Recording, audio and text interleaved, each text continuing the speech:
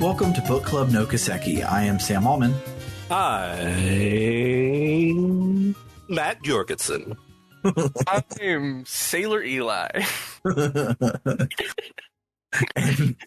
the section of Falcom's Kiseki series that we'll be playing this week is chapter 5, 6? Chapter something? I believe it's chapter 5. Chapter 5 of Legend of Heroes Trails in the Sky, second chapter. But before we get to all of that, Lally Ho, what do you know? Was that a Final Fantasy IV reference? Yeah, it was. Nice. Was that a JoJo reference? No, it was Final Fantasy IV. See, because back when I was like, oh, I'm running out of cute ways to say hello, I should Google a list of cute ways to say hello. I saw one and it was Tally Ho, what do you know? And I'm like, we're an RPG podcast. We can't say Tally Ho. That's not canon. Well, one thing I did this week is I lied. I'm actually David Bernard Houck. Does that mean I'm not Sailor Eli? Yeah, you can be if you want to. Cool. I'm David Bernard Houck. No. Trust me, you don't want to be David Bernard Houck. I've been doing it for 30 years. It's rough. Besides lying, what have you been up to, Bernard? I'm job searching, which is terribly fun. I found a job today that I'm really excited about, and I applied to it, and I really want to get it because it sounds great. The listing requests 2 years experience doing a thing. I have 9 months experience doing that thing, but I wrote a really good cover letter, so you know. Yeah. Hopefully they misread your resume and think that you have more experience than you do, because that's how I got hired on, as if I had 5 years of experience, and I have barely over 1 year of experience. But whatever. They just Nice. they saw what I did at Blizzard and Waymo and were like, oh, that was definitely IT. And no, it wasn't. But whatever. I'll take it. So hopefully they'll be like, oh, you used to flip burgers? That's just like speaking Mandarin. You got the job. I've never flipped burgers or spoken Mandarin. Wow. I've spoken Mandarin, but I only flip burgers for fun, not for profit.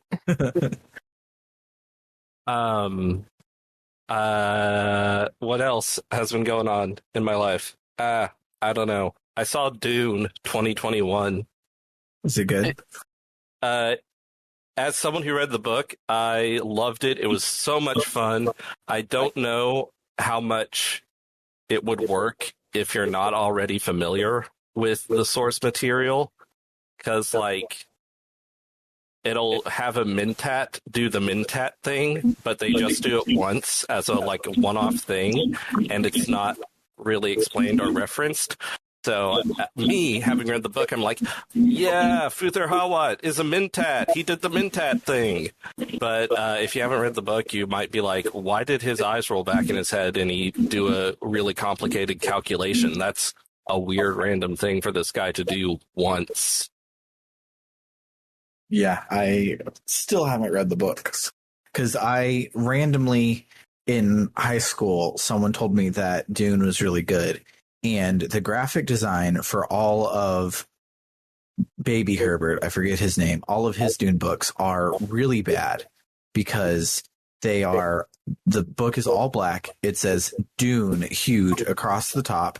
It then has like a band of a picture of some sort. And then where normally he would put his name, but he wants to trick you into thinking his dad wrote it, he put the title of the book. And so it was Dune House Harkonnen, actually, and not Dune the book. And not only are Baby Herbert's books not nearly as good, they're also assume you've read 6 of Frank Herbert's Dune books, and I have not done that. And so it was garbage, and I bounced off of it really hard. And then I found out like 15 years later that wasn't Dune by House Harkonnen. It was Dune House Harkonnen by Baby Herbert. So I really want to read them, but I'm probably going to watch it first and see if it's even a thing that I could find myself liking before I devote time to reading potentially 6 plus some books. I think it's definitely something you would end up liking. There's a really good audiobook read by Scott Brick. The weird thing is they later made an audiobook that's a full cast audiobook starring Scott Brick as like one of the main people in the cast. So Weird. It's really hard to find the one that's just read by Scott Brick. Because I don't really like full cast audiobooks. It's weird to me. Except I did listen to an audiobook of Ender's Game where Ender's chapters are read by a guy, and Ender's sister's chapters, I forget her name, Valentine, I want to say? Something like that, maybe. Yeah. Her chapters are read by a woman, and then at the end, when the characters meet, they switch off, and it's really cool. That is really cool. Yeah, I was gonna say I'm not a huge fan of full cast audiobooks either. But if you like 2 to 3 people is a good sweet spot. If it's switching perspectives, I'm definitely into the idea of having different readers for different perspectives. Because what I don't remember which of the Brian Jacques books I listened to as an audiobook. I don't know. It starred animals, which tells no one anything. But and those books all historically change perspectives, but one of them tells the story at the beginning, it tells a story within the story in the middle, and at the end. It's called I don't remember what it's called. The Tale of Despero. Yes, that one. But anyway,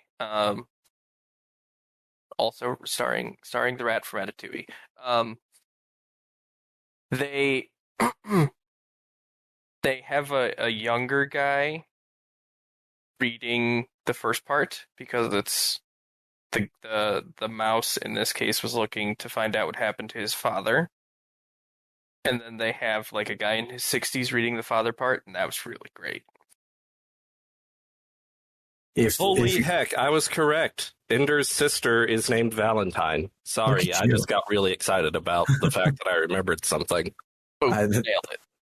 I'm proud of you. I know that remembering things is a struggle for you sometimes. Yes. That's why you're on so many of these podcasts. You can remember the video games that you've played. Yes. If you like books with changing perspectives, changing narrators, and then they meet at the end, basically every book read by Michael Kramer and Kate Redding does that, and it's great. And most notably, they read The Wheel of Time, and they're reading the Stormlight Archive. And in the Stormlight Archive is the one where you have them completely separate, and then they get to meet up, and it's changing like paragraph by paragraph on who's reading, and it's dope, and I love it. Mm-hmm.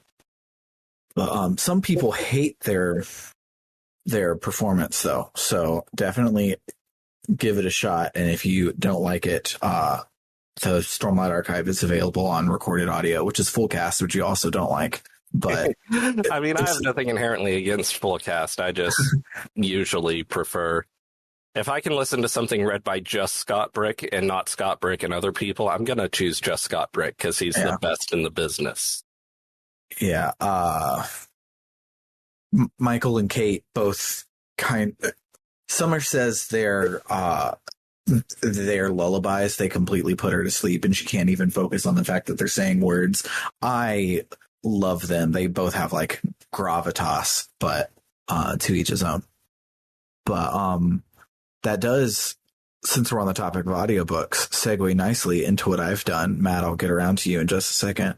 But what I've done the last couple of weeks is I have binged Gideon the Ninth and Harrow the Ninth on audiobook, and they are great. I have Gideon the Ninth.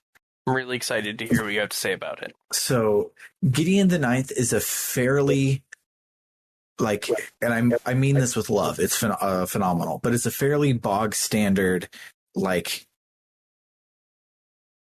young adult fantasy thing where you have a person and they have to go and do this special trial thing because of magical reasons, and they meet other people who are trying to do the thing, and in the end turns out somebody was a liar and there's evil going on, and they destroy the evil and power of friendship at the end.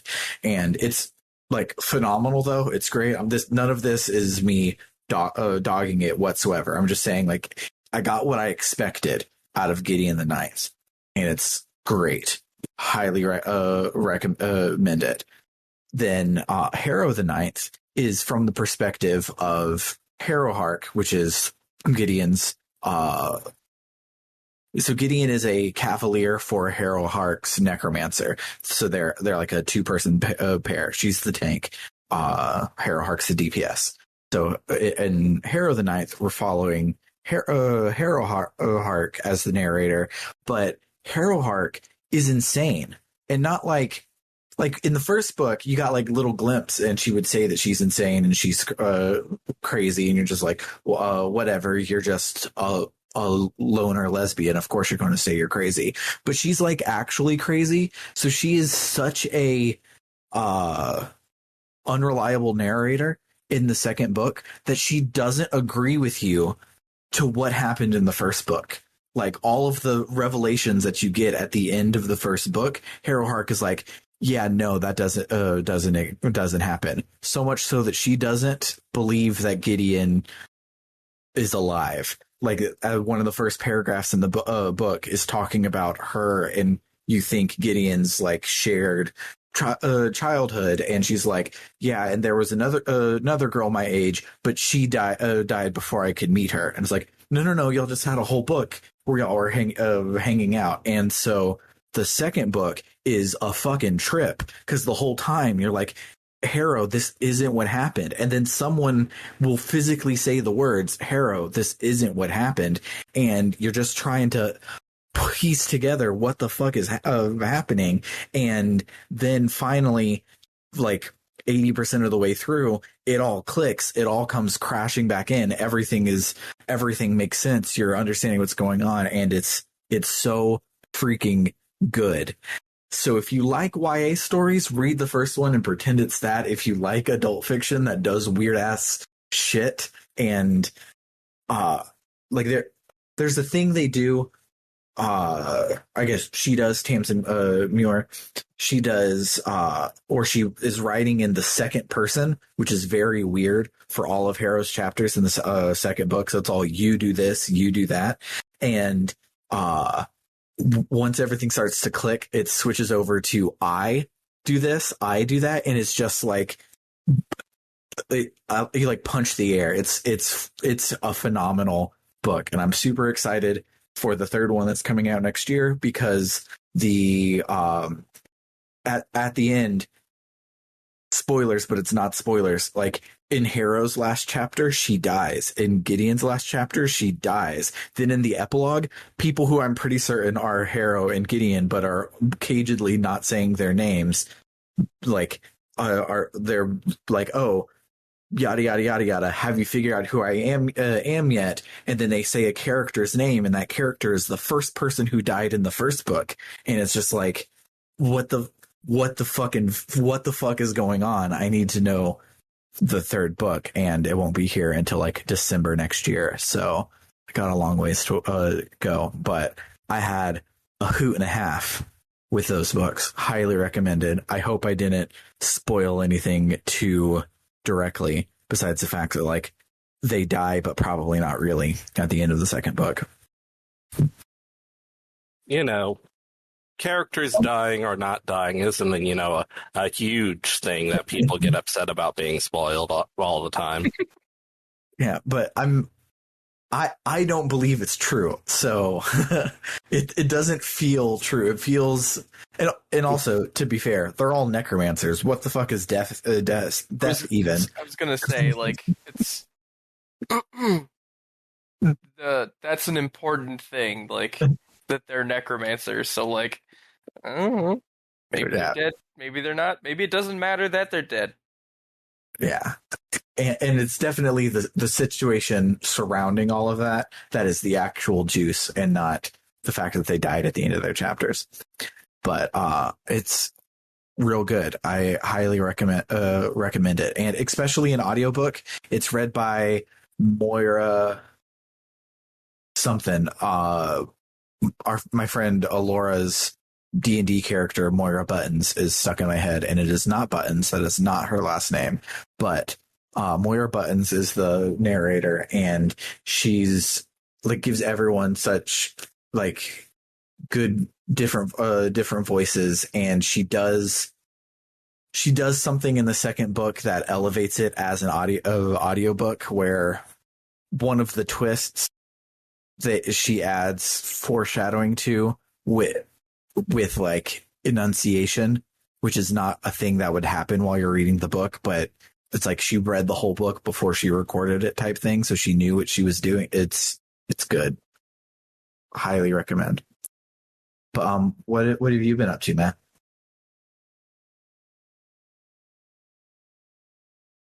So a lot has happened since last we recorded.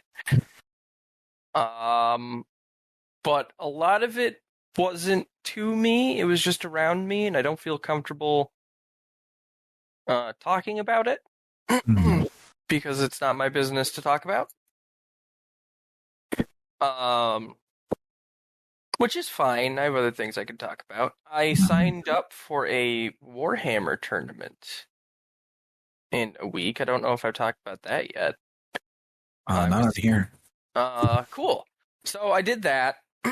I was hesitant at first until I read their policies. So, like, everybody has to be masked. Everybody has to wear a lanyard with their vaccination card on it, which is really cool. Mm-hmm. And because of the nature of the game, you're already standing usually about 6 feet apart anyway. Yeah. Warhammer tables are fucking huge. Yeah. So, that's going to be cool. I'm bringing my Death Guard. So I'm going to spend like 8 hours pushing tiny hand-painted army men around a board and making truck sounds. Well, only one truck sound, because I don't have many vehicles. But that'll be cool. I'm going to lose a lot. Because apparently some of the best Warhammer players in the state are going to be there. And I am not one of them that I know of. Maybe I am. Maybe I'm an idiot savant. That'd be neat to find out. Probably not. But it'll be really fun. It'll be really cool. There's going to be a painting contest in addition to that, and like sportsmanship trophies, and like Warhammer is super grimdark, and there are aspects of the fandom that are terrible people. But at the same time, if you go to a tournament, like, you're going to get a participation thing. They just don't call it that. It's like best sportsmanship, best pair of shoes. Mm-hmm. There's a traditional trophy called the Wooden Spoon Trophy. That means you did the worst today, but it's okay. Because you got the wooden spoon. So that'll be fun. I too have been listening to an audiobook, but it's a dry, boring one about the only actual equivalently matched tank-on-tank battles which happened during World War II on the Russian front. And no one really wants to hear about that. Except me. God, you're boring. I love you so much. I know. Oh man, you should have, like, so I've been listening to it on my drive to work, and I got home the other day, and like, I was listening to it walking into the house because I was at the end of the chapter. For those of you who know some history, we're talking like the setting in of autumn for Operation Barbarossa, which is a big deal to nobody but history buffs. And Rebecca's like, "What are you listening to?" So I sit down and explain to her, like, in the shortest way possible, which took 20 minutes, because I'm the worst. She's like, I stopped listening when you started talking about Joseph Stalin. Like, okay, good. That was the part that wasn't boring. Yeah, I'm pretty sure I've said the sentence, I stopped listening when you started talking about Joseph Stalin a million times to Maddie Grace Webben. absolutely. My one of my favorite recent tweets of yours is Maddie tweeted something. I couldn't even read it, and your response was, "Maddie, I have no idea any of the words that you say anymore." But I also am super boring, and yesterday I was telling Summer about how I wanted to purchase some more hard drives for our home network servers so that I could set them up in a RAID array so that it would go faster, so that our Plex would deliver faster across our Wi-Fi. And I explained it how I would do all of that to the least technical person I know, because I'm fucking stupid and I like to just hear myself talk, I guess. But I was knee deep in IT concepts, talking to my wonderful wife who needed help plugging in her Switch today. So probably not the best audience for that. So I'm glad we are boring together, Matt. We should just sit in a room and just like not even listen to each other, just talk at each other. Yeah, just put in earmuffs so that we don't have to actually hear the other person. Just have someone to nod and talk at for 6 hours. Get it out of our system. Yeah, boy. When we lived in the Twin Cities and we were making that drive, Rebecca had to listen to me talk about like obscure tanks that they only made tens of, and for hours she's like, Mm-hmm. I feel bad for her some days. So let's listen to Matt talk about some sky tanks and listen to some music from The Legend of Heroes Trails in the Sky. The Cairo Amardo P2640. No, we're going to talk about the Glorious. Oh, that works too. So let's listen to the Glorious's theme music, and then we'll talk about the plot.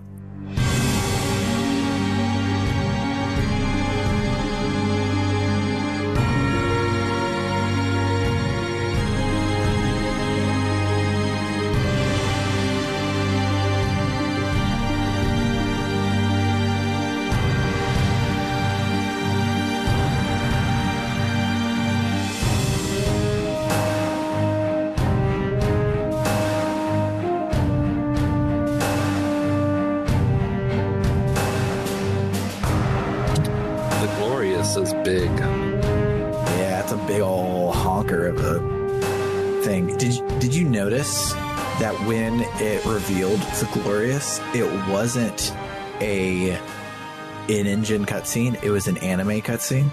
Yes.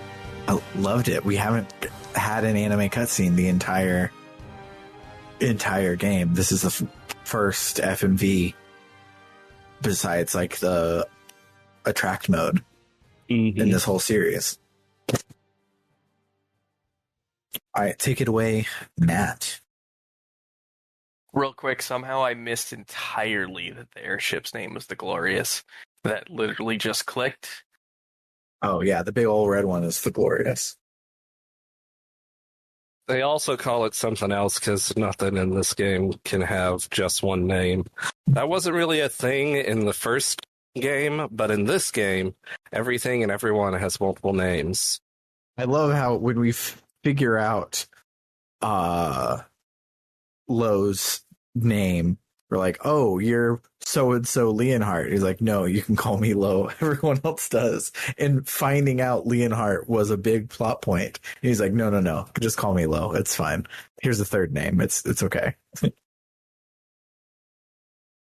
Oh. Anyway, so I was wrong. We're actually on chapter 6. Yes. I thought 5 sounded too small for the amount of stuff we've done in this game, but it's not my job to know what chapter we're on. Yeah. What gets me is because there's a prologue that was fairly lengthy. We did that as its own episode. So we are episode 7, chapter 6. But when I get in the moment, I can't remember if we are episode 6, chapter 5, etc. And I'm even more screwed up because like I've redone notes a couple of times and I don't delete the old ones. I just add another number and keep going. Because I might need those old notes. so what happens in All right. chapter 6? So it chapter 6 opens with us going back to, I believe it's the guild hall in Bose. The cold open for the chapter is on the Capwood ship. Josette, That's right. Sorry. Yeah. I am one page ahead. Yeah, so it's nighttime and Josette is going out to get some fresh air and Joshua is out being an emo boy on the deck of the ship as he's wont to do this game. And he is getting ready to boogie off. Oh wait, no, that's not the cold open. I'm so confused. Yeah, I wish I had a ship to be emo on. I just have my bedroom. So, Is this where Josette animates at him, right? That's the section. I have to be way more specific. Yeah, that happens several times this week. But so he's moping about something and Josette is like, do you have to do all of Gestures Vaguely this? And he's like, what do you mean? She's like, let the Organization 13 like collect Heartless or whatever, like just go and live your life. You can escape with us. We're all Erebonian anyways, apparently, so we can all just run away, immigrate somewhere else, go back to the Empire, whatever. We can just leave Liberal alone. And he's like, okay, we'll do that once I stop the society. And she's like, okay, whatever. And she yells at him for being an idiot. And then comes out to talk to him and is like, he's like, oh, you obviously were like being mean to Josette to save her feelings or whatever. And Josh is like, no, I don't do that. I didn't. That's not a major plot point of the first game that I hurt people's feelings to protect their feelings. And before they can get into it too far, an alarm starts to blare, and Don Capua calls him into to the bridge because they're coming up on the ship they were looking for, and 1, 2, skip a few. Joshua does something really fucking cool where he like Outlaw Star grappling hooks onto the other ship and is just like hanging behind them on a rope as they fly away, and it's fucking cool. It's pretty badass, TBH. And yep, okay. Yeah, if I were an anime girl, I would have a crush on Joshua. I'm not an anime girl, and I wish I was an anime girl so I could have a crush on Joshua. Fun fact, that means y'all both have a crush on Joshua. I'm not an anime girl. I only want to be an anime girl. That means I want to have a crush on Joshua. No, with the way it works, if you're like, wow, man, you are so attractive. If I were gay, I would totally be into you. That means you're into them. So if I were an anime girl, I would be into Joshua. That means that you're into Joshua. You have a husbando. It's fine. If I were an anime girl, I'd be a different person with different priorities. And I do not have a crush on Joshua. And a different number of dimensions. Yes. That's the real difference for me. If we had the same number of dimensions, I'd be fine with it. I have a crush on... Why can we never remember his name? Martial arts man, big guy.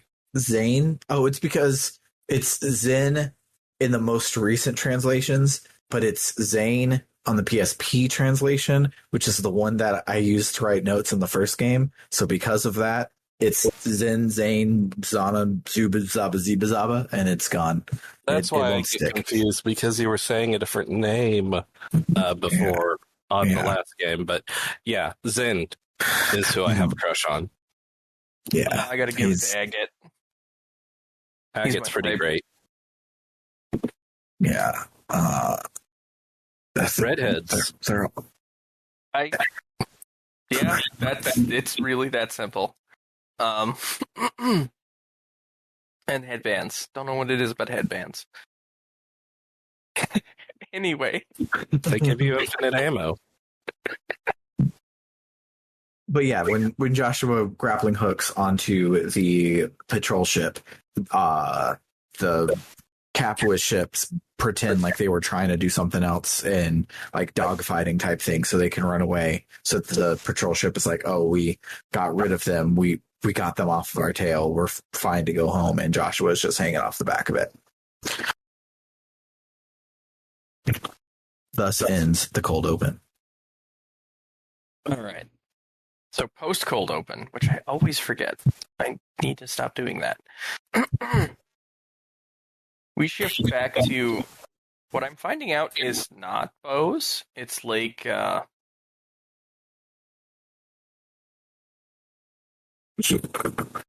on. So not bows? I think we start in bows and we go to the Blake later. That's right. Yep. I'm trying to also use the wiki because my notes are a shambling mess. Okay, so we head back to bows, back to the Guild Hall. And we have a little bit of a catch up from last week. Mm-hmm. We talked about, God, I can't not laugh every time they call him the Blade Lord.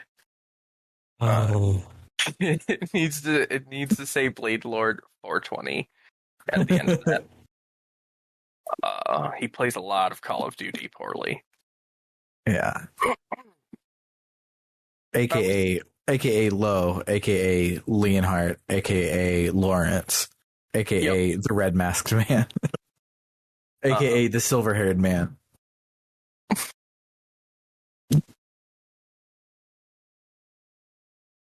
Maybe we'll have more names for him by the time it's over. Oh, we probably will. There'll probably be 13 names. Because he's in Organization 13. Boom. Exactly. We talk a little bit about the meeting at the gravesite that we had going from last week. Oliver goes a little more into what happened at Hamel. It is way worse than like the game was telling us, but approximately as worse as it's been alluding to. We find out that it was a village in the most southest part of the Empire, near Liberl. You won't find it on a map today, because it's super gone. And there's a quote here in particular. They don't really know what exactly happened.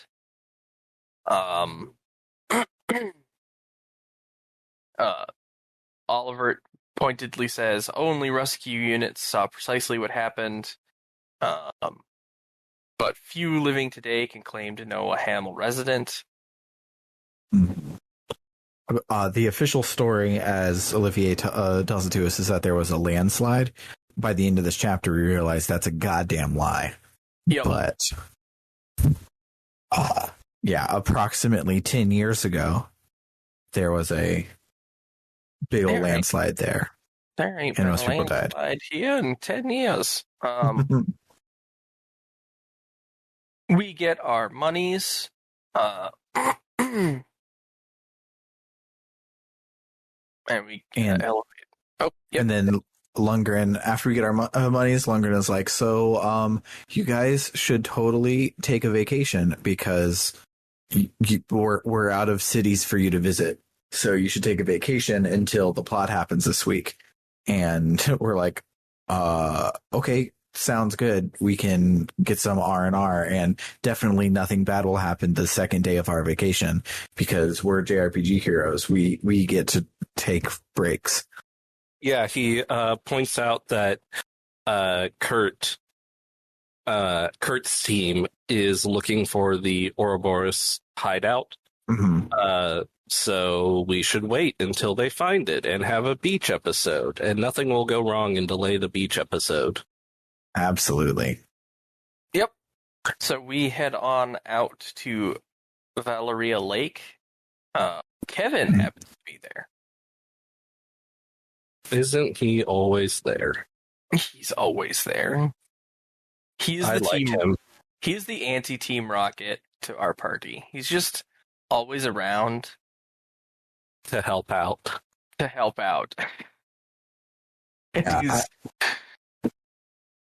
No, go ahead. When we started this game, we didn't like him too much, but I think that's mostly just his hair. And His I think hair's he's actually real bad. I think he's actually a sweetheart, and we like him now. It's real bad, and also he had a pretty terrible first impression. Like, Yeah. creeping on Estelle, and just being. But I think that's intentional. I think that's actually some really good writing. They want you to not like Kevin at first. Mm-hmm. I mean, this is me projecting, but it feels like they want you to not like Kevin and come around on him.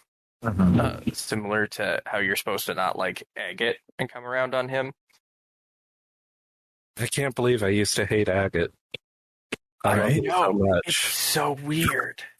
Remember at the very first chapter of this game when both of you joked, but who would ever pick Agate? Why wouldn't they just pick Shara? And then you both accidentally picked Agate because you thought that the other person was going to be picking Shara. And now y'all both love Agate and probably wouldn't ever change it to not have him the whole game. I like him more than Shara. He's more interesting. Mm-hmm. I've played Shara's route, and he's way more interesting than Shara is. Like, Shara has some cool stuff, but it's all like more cool stuff along the same lines of what we already knew about her. It's not necessarily character growth. It's just more information about her character, whereas Agate's is full-on growth, and I love him.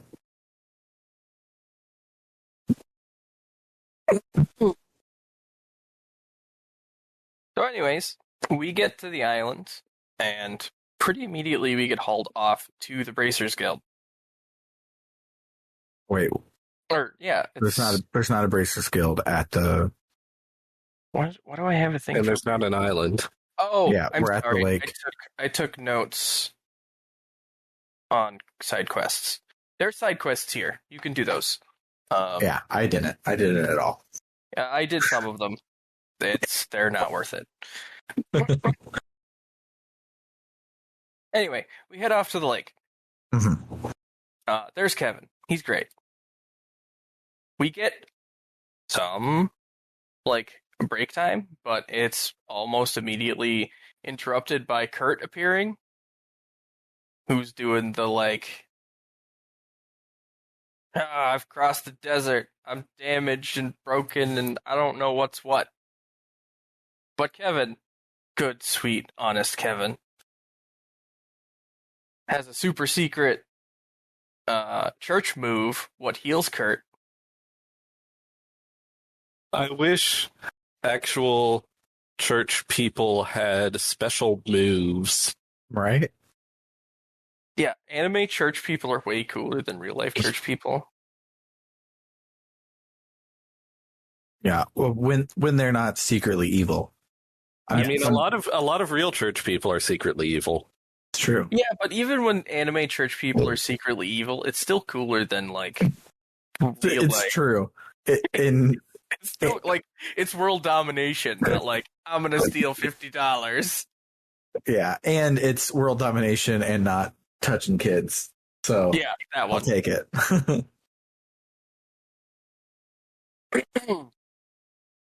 Anyways, Kurt informs us that he found Ouroboros' base over in Liberl, and he was the only one who managed to escape. Estelle, Kevin, and 2 allies. Man, this is written terribly. I took Estelle, Kevin, Agate, and Shara on accident, I'm pretty sure. Yeah, No, Shara on purpose, because I had a reason. I didn't write the reason, but Yeah, you have to bring Kevin because he needs to be able to do his special church move if other people have had their minds messed with. Yep. Yeah. And I took, I believe, Shara and Olivier. So everyone had range. Like Estelle and Shara have 1 range, and then I had Kevin and I had movement enhancing equipment on Estelle and Shara, and I had long barrels on Kevin and Olivier. So basically, range was not a thing to worry about this chapter for me. That's pretty dope. I took Agate because he's like 20 levels higher than everyone else. And I also took Chloe because I needed a healer, not knowing that Kevin is a healer. And gotta love them free heals for craft points. Craft heals are the future. Yes. He's a church guy. You gotta know that he has healing moves.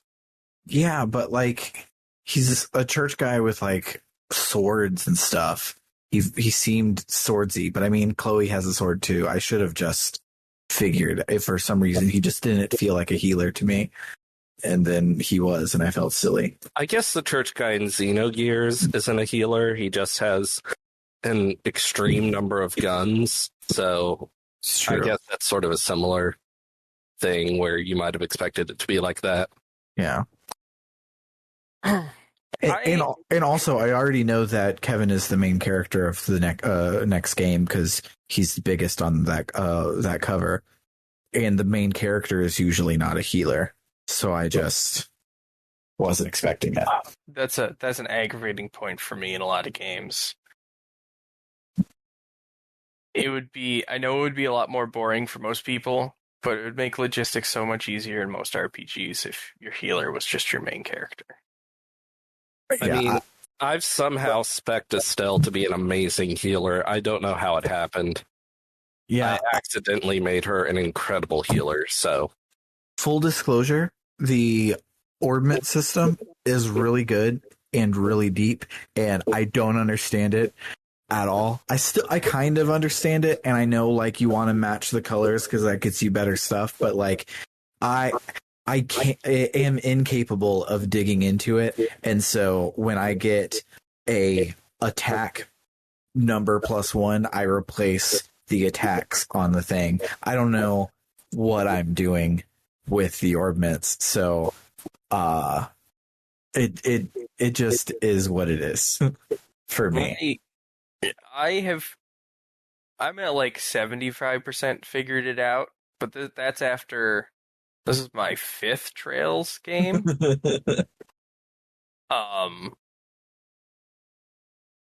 Yeah. Like the very bare minimums of it the the crystals that you unlock at the bottom determine the spells that you get.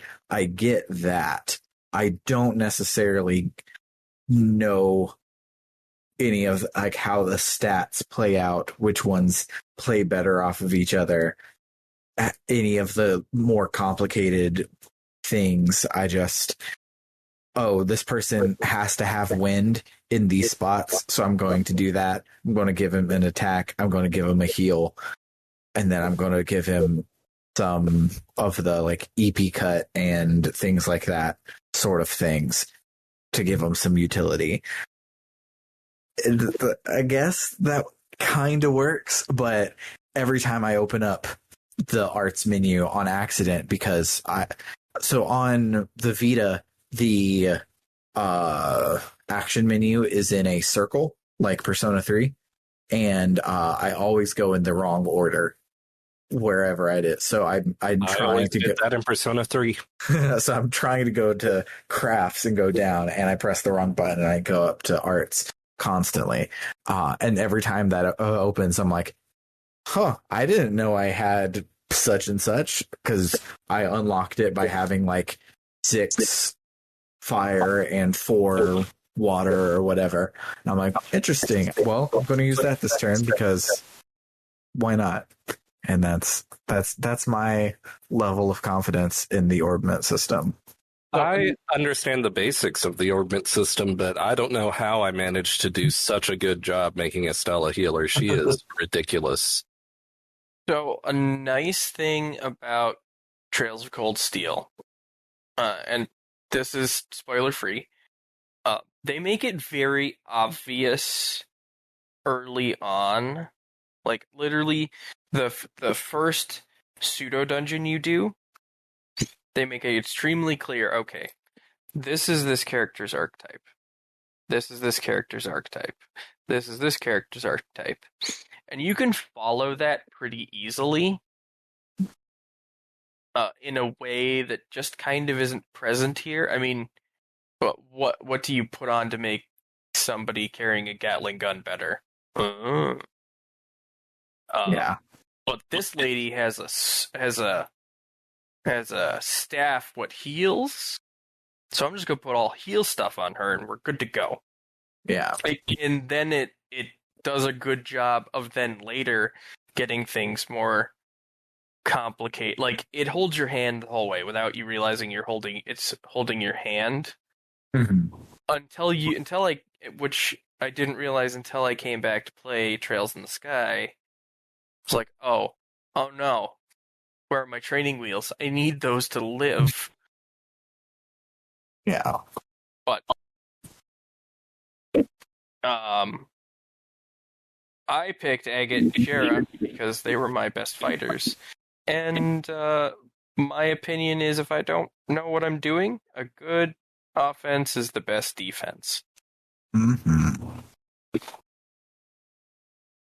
So anyway, I got lost a couple weeks ago, I think. And so Estelle and Agate and Chloe are really high level. I don't remember like grinding them up, but they're like level 65 and everyone else is like in the 40s and 50s.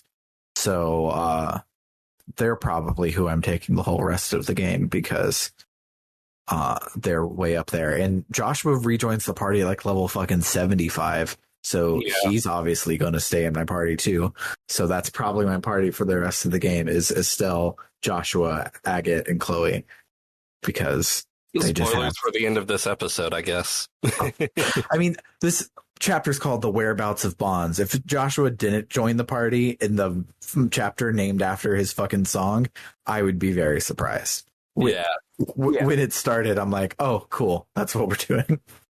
But yeah, I love that he joins the party like at 10 levels higher than what you would be. Since he was an enforcer and everything, he probably should be like level 100. But whatever. That's a really common theme throughout the series, and it's great. Yeah, I mean, even in Trails in the Sky first chapter, you had like Olivier join the party, and he's way higher level than you because he is a cool, strong dude. He's more experienced than you, and that happens with most of the characters that join you in that game because you're a baby junior bracer. Mm-hmm. Yep, there's I don't there's a lot of really cool things to talk about this Later. game. Yes, I know, later. That's the problem. I'm lamenting it once again. So anyways, we hop on our boat with our chosen folk. And we get to like a James Bond Yeah. coastal laboratory. There's no other way to describe it. It's straight out of a James Bond movie. Absolutely. So, we make it to Shadow Moses Island. Yep. And there's just this old guy in a skin suit smoking in the corner. We have no idea what's going on. So anyway, we hop off on the island. We go exploring. The operational security here is pretty terrible. Yeah. You can't go in the front door because it's locked. So you walk around to the side of the building, and there's a door there that's unlocked. Yeah. Yep. And it's all dark. We immediately fight robots. I just wrote metalcore here. Okay, that's why. They look like the robots from metalcore. Yeah. So, and they say that they look like the archaisms that we fought in the final dungeon of the last game, but they are new, just like the Gospels are. So somebody somewhere is able to create ancient machinery. Yeah. I have to hold on. I have to save this picture for my pin board. Because I'm just going to start making a pin board connecting all the things. I'm not telling you what picture it is. Anyway, we keep exploring. It is down to the areas with the green lights. It is straight out of a James Bond Metal Gear movie, and it's the best. I loved it. It's also the first dungeon of the game, but for real this time. It's the same tile set. It's the same idea. It's the same. You have to get the key cards. You have to get night vision goggles. All of those things from the first dungeon of the game, but it's not training anymore. Put that together. That's very clever. But Kurt, it doesn't turn out to be the bad guy this time. No, everyone else does. So anyway, as we're progressing through, we see a whole bunch of stuff. We're fighting what would be Kurt's party. They have been the brainwashed. We gotta whoop up on them. We do this 3 times.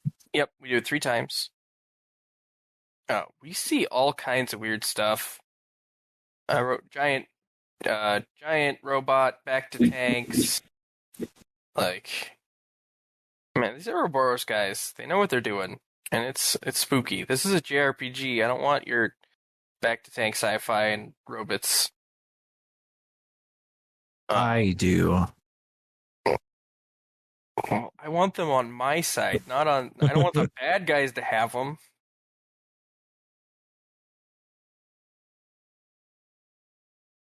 Oh, that's right. I was really upset we had to beat up on Annalise. Yeah. She's real strong. Yeah, that fight sucked for a lot of reasons. Yeah. after the fight were like, "Oh my god, she was so hard." It's like, remember, she's been practicing specifically to beat you up. So that's why she was really good at beating the shit out of you.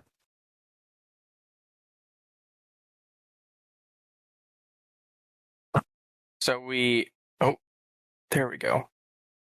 We eventually stumble onto, it's Joshua. He's passed out on the floor. Mm-hmm. Quick, everyone, go run over to this obvious trap. Okay. What? It was an obvious trap.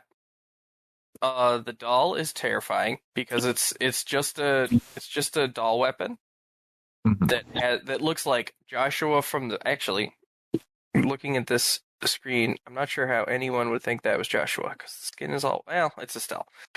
And he was face down. He was face down. She was just like, someone with black hair. It must be Joshua. I mean, there is only 40 people in this entire continent, so like, good odds. Then we have to fight the doll. I struggled with this. Oh, that's right. We have to. It's 3 of them. That's probably why I struggled. It's hard. It is very hard. And I think I died twice and had to like make it easier both times. And the second time, although it was supposed to be easier, the Joshua's had like 6 turns before me, and I died instantly my second time through. So it was only on the 3rd time that I even came close, and I ended up winning. I won my first try, but it was hard. This was the point where I made. Oh, sorry. Go ahead. I'm gonna say. This is the point where I realized that bringing Cher with me was a mistake. Because I just couldn't. I wasn't paying attention to how frequently I was using buffs, which has just become a second nature thing from playing Trails of Cold Steel. And I wasn't used to the game actually challenging me anymore. Yeah. So anyway, we beat up the dolls, and then we see an evil shadow council in the distance. Bum, bum, bum. Bum, bum, bum, indeed. And they raise a bulletproof glass shield. And fill the room with knockout gas. I am just convinced that this entire game is 80s movie tropes, and I love it. Yeah. And I mean, just like a James Bond movie, they have every opportunity to kill the people who are going to ruin their plan, but they don't. And they just don't. Because then there wouldn't be a movie. It's true. This is true. So, some time passes. The first person to wake up is Kevin. He's like, man, that was dumb of us. We shouldn't do that. Right, Estelle? Oh, wait, she's gone. Oh. What could she possibly... Did she wake up first? Let's go look for her. They run upstairs and they see the Glorious, which is an awesome ship. Well, this isn't the Glorious yet. This is a scout ship for the Glorious. Okay. Same color. Okay. Anyway, they're loading Estelle onto the ship and running away, and wouldn't you know it, we just can't catch them. It transitions to Estelle having, like, a nightmare thing. Yeah, like a dream. I couldn't figure out if this was a nightmare thing that was, like, because of the knockout gas, or if this was a nightmare thing that Professor Weissman was intentionally putting her through to try and, like... Turn her to the dark side. Yeah. Either way, she wakes up, and we're greeted by Renee. You know, the terrifying murder child that broke all of our hearts. We're like, what are we doing here? Why are you here? What is this building? And she's like, it's okay. You're at our house now. That didn't go over well. Now we get a pan of Estelle looking out the window, and we get to see the Glorious, the real one this time. Mm-hmm. And as we mentioned earlier, then I don't know if I'm cutting that part out yet or not. It's an FMV of how big and badass the Glorious is, and it's the first in-game FMV that we've had in the whole series so far, and it's worth it. Yeah, I also wrote, and this is a bit of a tangent, but this airship is a dead ringer for the airship design from the anime Last Exile. In a weird way. It's oh boy. Noted. Yeah. It's really good. Don't watch the second one. It's not as good. But it's got some real cool airships, and like that's an episode unto itself. Let's go back to the game. Mm-hmm. Yeah, it's the Crimson Arc is the Glorious's other name that everyone keeps calling it. And wouldn't you know it, right when we zoom back in and we get the description of Crimson Arc, we get paging Dr. Estelle to the wherever we want you. Mm-hmm. The Sanctuary, it says. Yeah, the Sanctuary, yep. Why don't you come and have a little chat? This part I thought was cute because Ren says, I'll take you to the Sanctuary. Ren is your party leader, and you can't switch parties. So Ren is always the one walking in front, even though you're controlling it. But she's the one leading Estelle where she needs to go. And I thought that was really cute. Yeah, it is pretty great. So we get to this unnecessarily large and carpeted walkway with pillars for some reason, even though this is an airship. Mm-hmm. And a friggin'... Okay. Yep. That's right. A giant pipe organ. Mm-hmm. The entire ship is controlled by a giant pipe organ. I don't know if it's controlled by it, but this is something I had to like look up on the wiki, and in the LP, that's how the ship is piloted. That's dumb. Amazing. It's both of those things. You gotta love when they just fucking go for it and have the villain play an organ. I mean, if you think about it, like, other than a steering wheel, like the absence of a steering wheel makes this weird. But, like, if you got a giant airship, you're gonna need some amount of large buttons, right? Those could just be like put onto a keyboard. You don't need a fancy. I'm trying to justify it. There's no defense. There's no defense. And I guess the heroes play mouth organs, and so the bad guy plays a hand organ. Yep.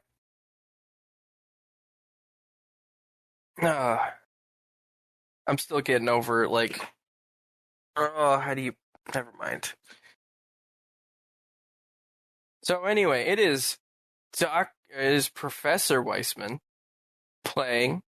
He finishes his song, which I can only assume is announcing the lunch choices for the galley tonight.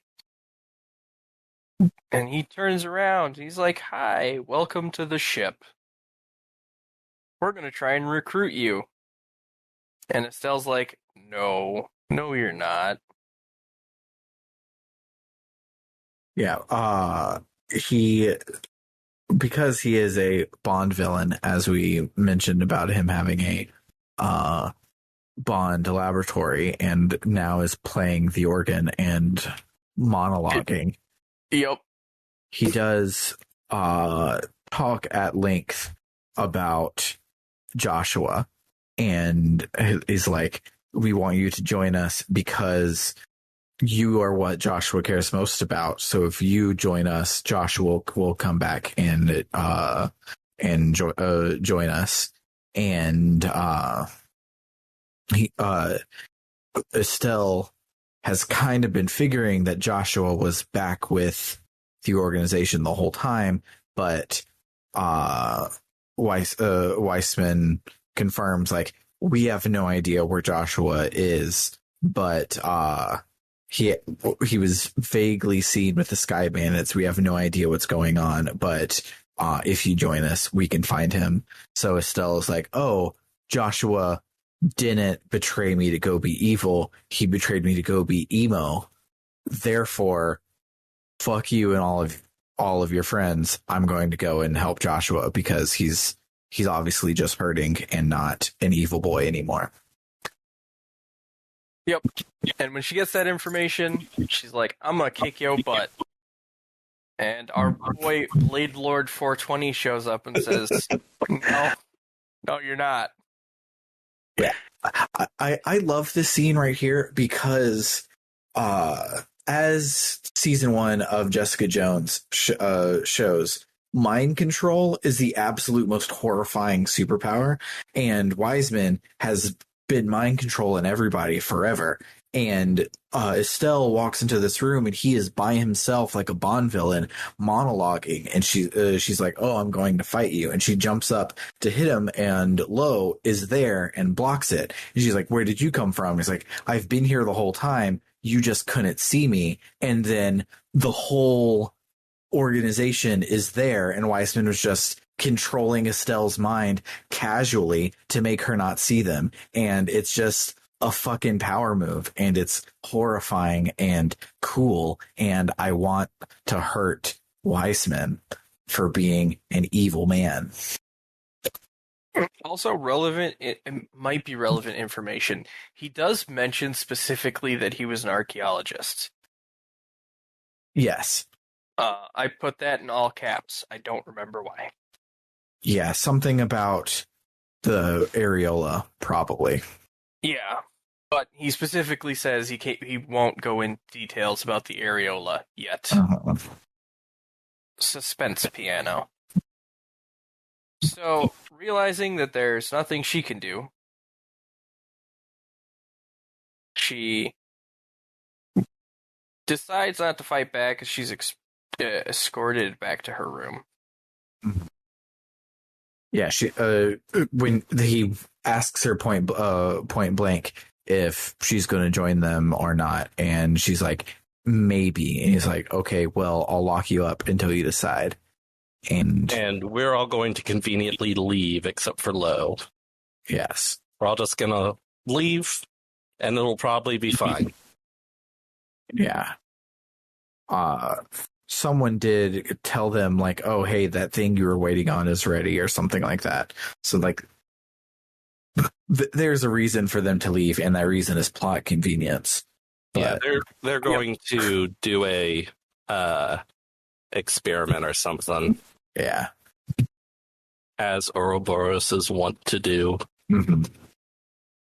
So she goes back to her room,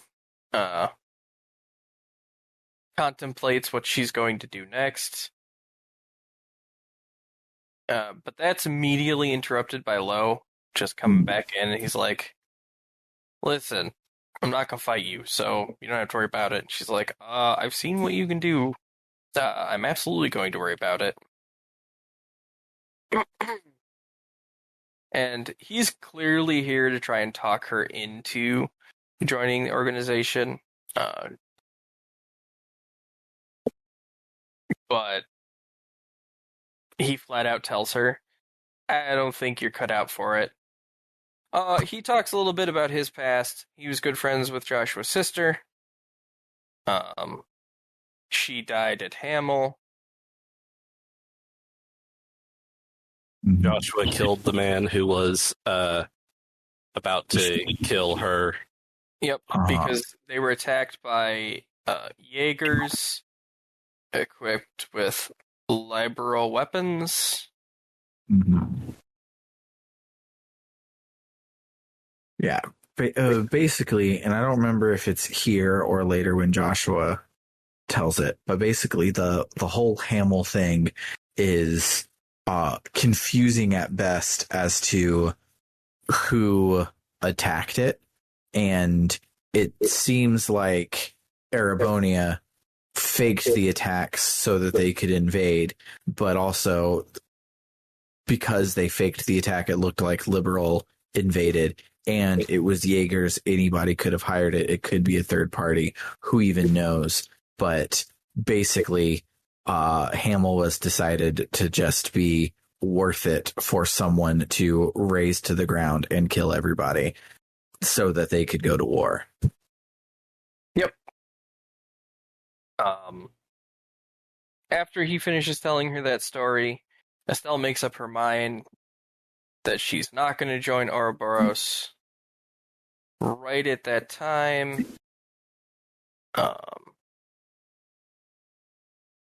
something shows up. Nope. Yeah, isn't this where...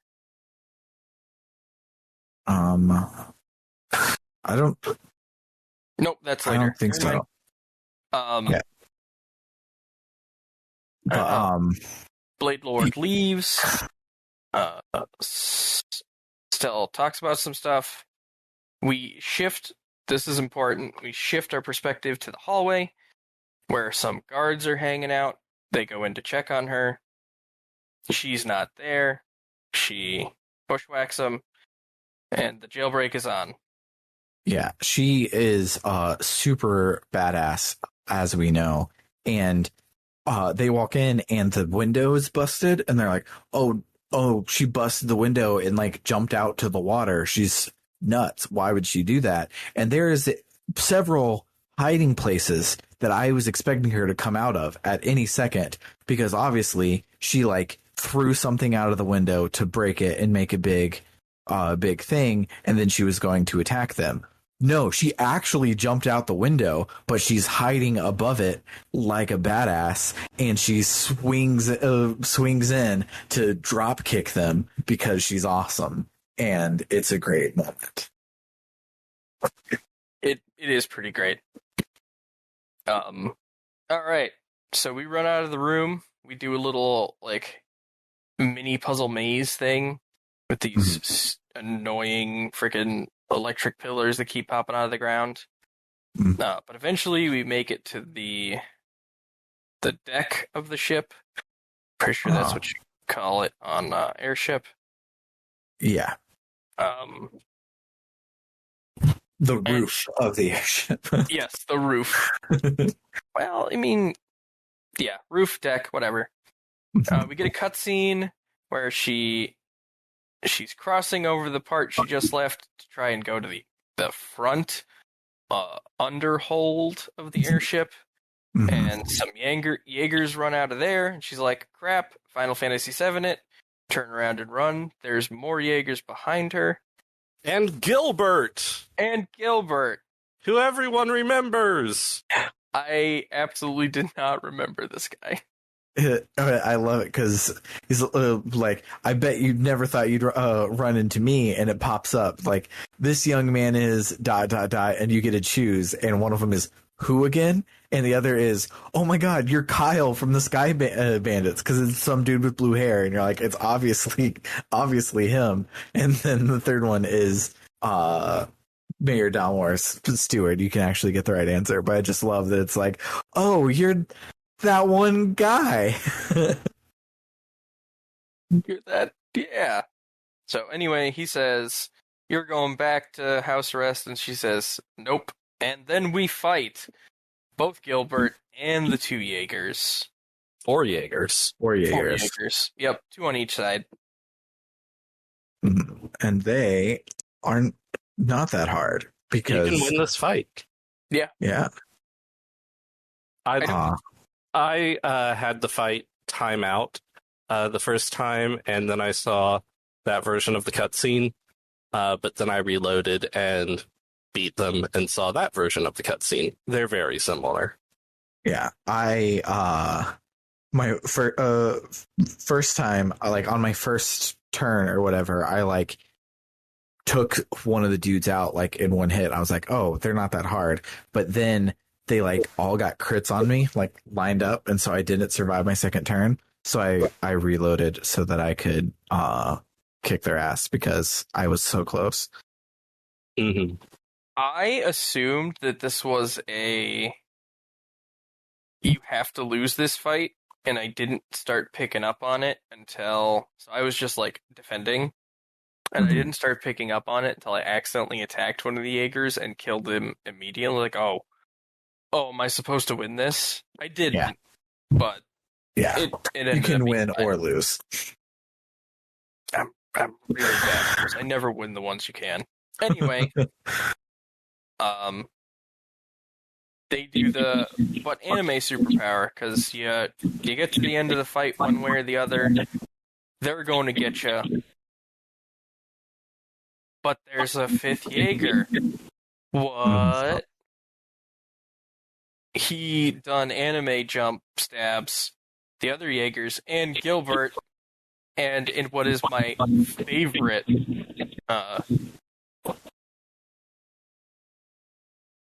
favorite bit of animation, takes his helmet off and tosses it, and you recognize the hair. It's Joshua! Mm-hmm. He's here to save the day. Lo shows up, and he's like, anime standoff. You know you can't beat me. What can a Fang do against a Blade Lord? What can a Fang do against a Blade Lord? Like, those aren't... I don't... but he's right, is the thing. He's right. Joshua's like, yeah, even working together, we can't beat him, so he has a point. Yeah. So we run away, or no, he runs away. He decides he doesn't want to fight. Well, Joshua's like, I fucked up the ship, and I fucked it up in a specific way that would be real easy for, like, Ren to figure out, but the only one here is Lo, and Lo's not the machine person. So you better go get to work on that. Yeah, and he said he fucked with each of the engines in a different way. So even if he teaches himself and figures out the first one, he's back at square one for every remaining engine. So basically, he's got to do a really annoying JRPG minigame. Yeah, he does. He's got to do a Burger Time clone, except that it eats your inputs about 80% of the time. That's what he's got to do to fix all the engines. I feel that comparison in my soul. So anyway, we run back down the deck. What we headed up, what we were trying to go down. Mm-hmm. And now we have Joshua. Hooray! I spent way too long messing with his stuff because I had so many freaking orbments just sitting in my... Anyway. EFW, you have too many orbments. Yup. Yeah. And so for Joshua's half of the dungeon, it's just like Estelle's half of the dungeon, except twice as long and a little bit more annoying. Yup. That's the end of that. And we're like, oh man, this was so annoying. I hope no one annoying shows up. And of course, the next cutscene we get is Campanella showing up, who is like the second worst. Like the thing that sucks the most about Campanella is like they haven't done anything yet. Like normally at this point, like Kefka is this annoying in Final Fantasy VI, but like he shows up where like you fight him in Narsh and then he poisons the water hole and he does the stuff. Campanella shows up and talks as if they have tricks up their sleeves and they're going to be doing something big and crazy, but they just haven't yet. So all we get is the I'm a stupid clown shit for most of their stuff. And we don't even have any of the, oh, you're a cool evil clown. It's just, no, you're annoying. And that's it. Yep, Pretty much. I think the thing that annoys me is if they didn't put an eye tattoo on him, he would just look like a high school bully from the prologue of a JRPG. Yeah. And like as dumb as his anime profile picture is, his sprite looks really dumb. It's like he looks like my son Storm, like just standing there like he got like he's in trouble in his default sprite. It doesn't look. If you put him in like a sailor coat and knee shorts, it matched because you hated him. Yeah. But anyway, we get treated to some annoying Campanella stuff. I thought I was going to kick his butt here, but instead it's a robot. Mm-hmm. This fight was kind of... Notably, it's not a robot that Campanella summoned himself. Campanella says he's interested in seeing what they're up to. So he basically wanted to come in and just say hi. And he wasn't going to stop them or do anything. It's just... We're crashing a really expensive airship, so the security robots, they're trying to fuck us up. Yeah. I seem to have struggled with this robot. I don't remember why. It explodes. It's actually a really cool explosion, and I got like early FF7 vibes from it. We keep trying to escape. Oh yeah. We immediately proceed from there to stealing one of the patrol ships. Mm-hmm.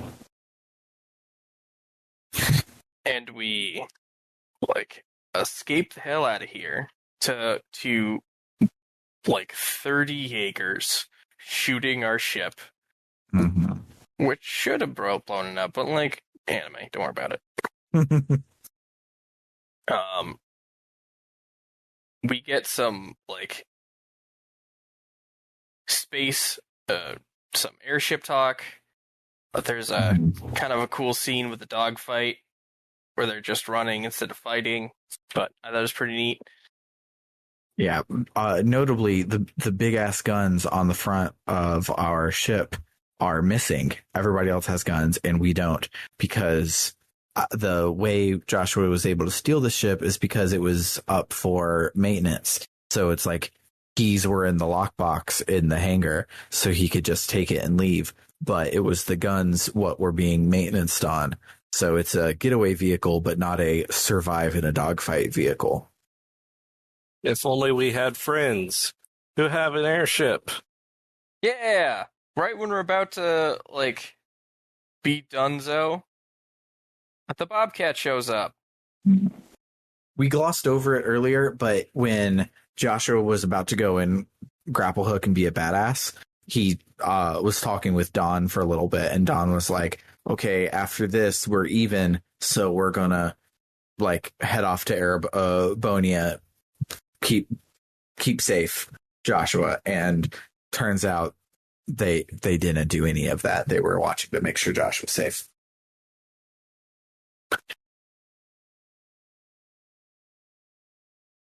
So they swoop in and save the day.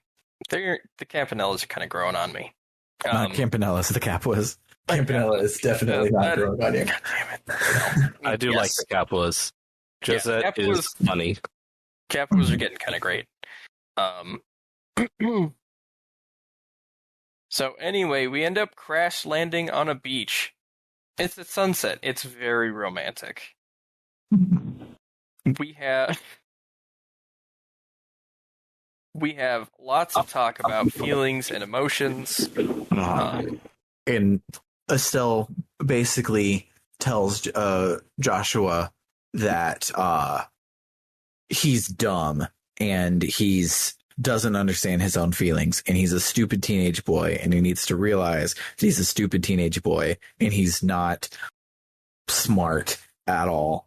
And says that he's broken and incapable of love, but obviously he's not, because he's trying to protect people. So he's just lying to himself and cutting himself off from his emotions as a defense mechanism. And he doesn't need to do that, because that's not healthy. And she gets through to him a little in the end, and convinces him to join the party. Yep. They have a really cute scene where that I thought was worth highlighting about first kisses being important. Mm-hmm. She wants to do over. It's kind of ruined by the Capos showing up, also landing to make sure that they didn't die.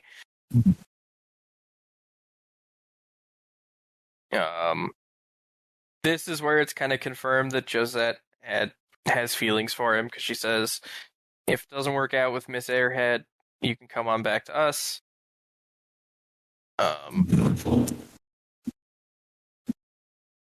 And they're like, okay, well, you stopped the Glorious, you fucked it up, let's go to Erebonia. And Josh is like, no, I'm going to join the JRPG party. You guys go on without me.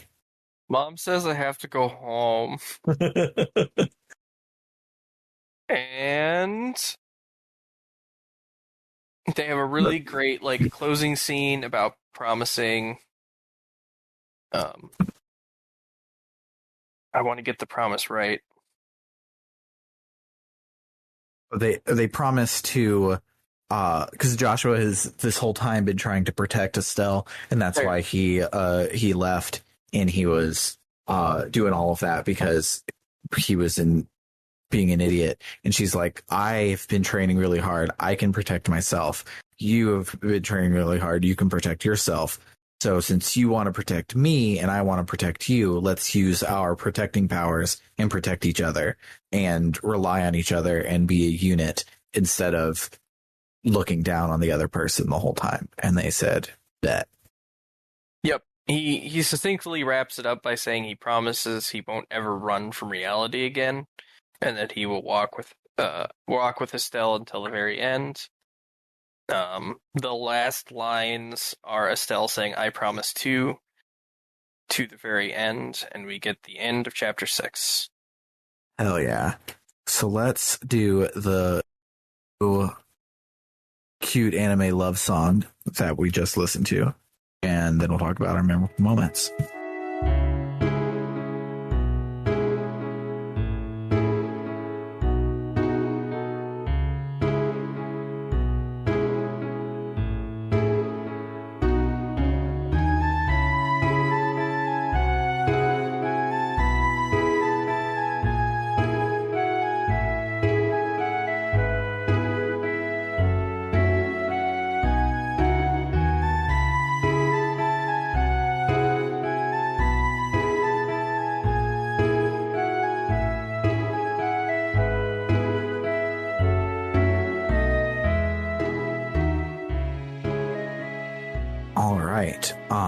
I will kick it off with, there are so many bespoke sprite animations this chapter.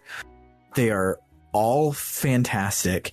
Estelle's nightmare, where Joshua falls to fucking pieces, is exquisitely animated in sprites, and it's so good. We already talked about him pulling off his helmet and throwing it to the ground like an anime badass, and it's great. Normally when we get sprite animation fight scenes, they're not bespoke animations, they're just the fight battle system animations used to create a fight, but these were just from the ground up, bespoke, super awesome. Estelle swinging in was another one. There was 4 or 5 this time around, which were great. They were even better than the CGs that I got this week, which were also great. I got one for when Estelle goes to play the harmonica at the lake. It's really good. That's actually the one that shows up when you boot the game, is Estelle sitting on the pier playing the harmonica. It's really pretty. There's one of Lo stealing Estelle, which is really good. The hug from behind at the beach is also one, but surprisingly not the kiss. I was expecting there to be one for the kiss, as there was last time, but there wasn't.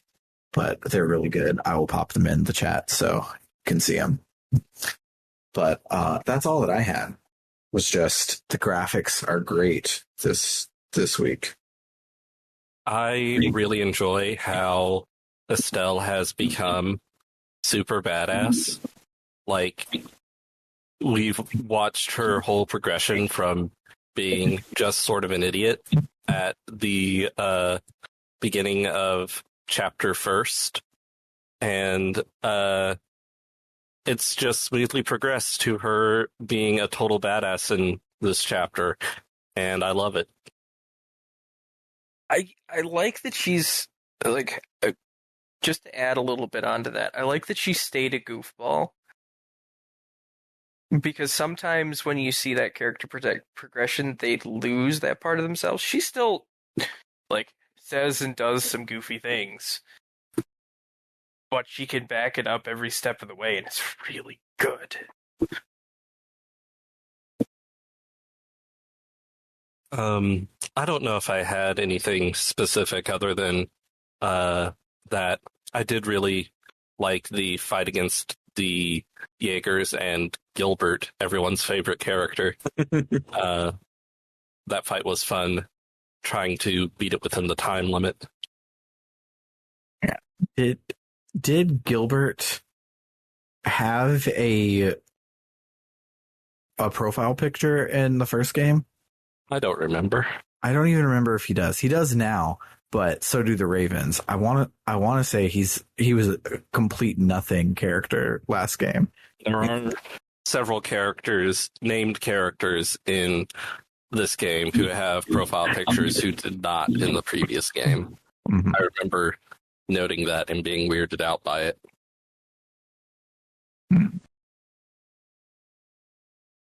I think he specifically didn't, because I think I tried to Google it. Yeah, I'm going to look right now as you talk. Oh, it's my turn. All right. The beach scene. I'm a huge sucker for that particular meeting, that particular style of meeting of the intimate minds.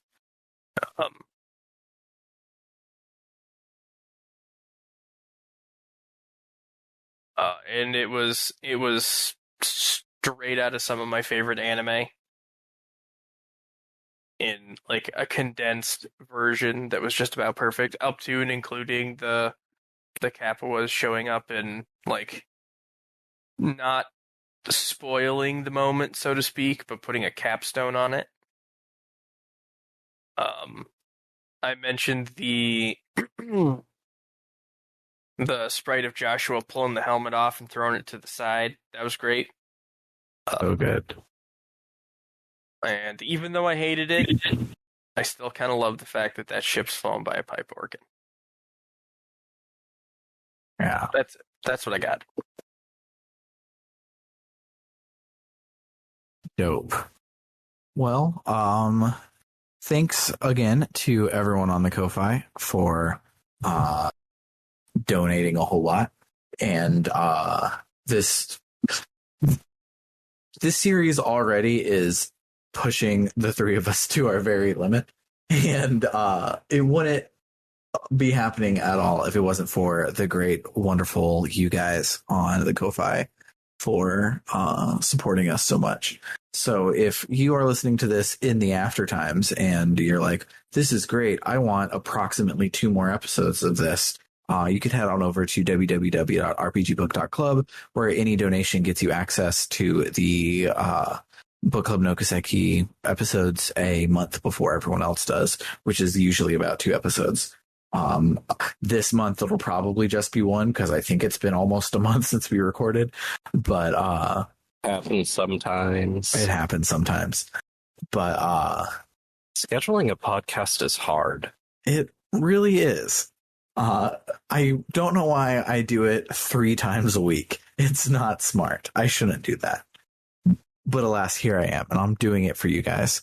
But yeah, next week we will play Chapter 7, which is called let's see if it's a spoiler in its title, like this one was. Slightly. It's called The Tetracyclic Towers. It looks like it'll be where we'll go. It looks like it'll be a really short chapter because this was a pretty short chapter. The cutscenes were pretty long, but there were two dungeons, and that was it. There was no town exploration. There was no anything like that. But on the Let's Play this week, it was about, say, 15 entries. Next week is about 10 entries, so it'll be real short. Nice. So excited for that. But then the last 2 chapters are both real long. So yeah, we'll play Chapter 7, the Tetracyclic Towers, and we'll see you back here in 2 weeks. For Book Club No Kiseki, I have been Sam Allman. I'm David Bernard Hauk. I'm Matt Jorgensen. Adios, amigos.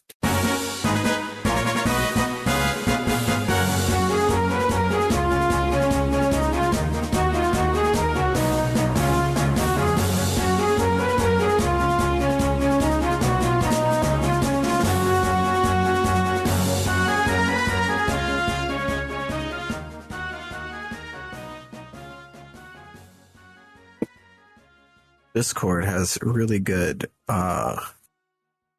noise cancellation.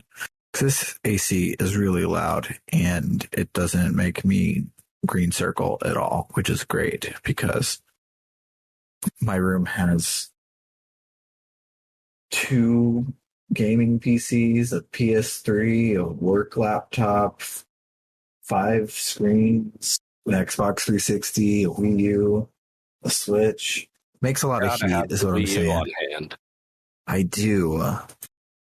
I have my Wii U on hand.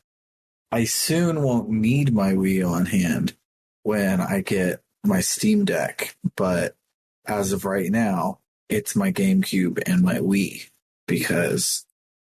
But you'll still need your Wii U to play The Legend of Zelda: The Wind Waker HD. It's true. How else will you play Car Battler Joe? Well, on my Steam Deck. Piracy. That's how. How else are you going to play Xenoblade Chronicles X? Oh, that's a real one. Yeah, I need to finish Xenoblade Chronicles X. How else are you going to play Paper Mario Color Splash? I need to play Paper Mario Color Splash too. How else will you play Kirby's Epic Yarn? On my 3DS? That got put on 3. Never mind. I've actually started playing Kirby's Extra Epic Yarn on Nintendo 3DS. It's good. It fucking sucks. Opposite opinions, same time.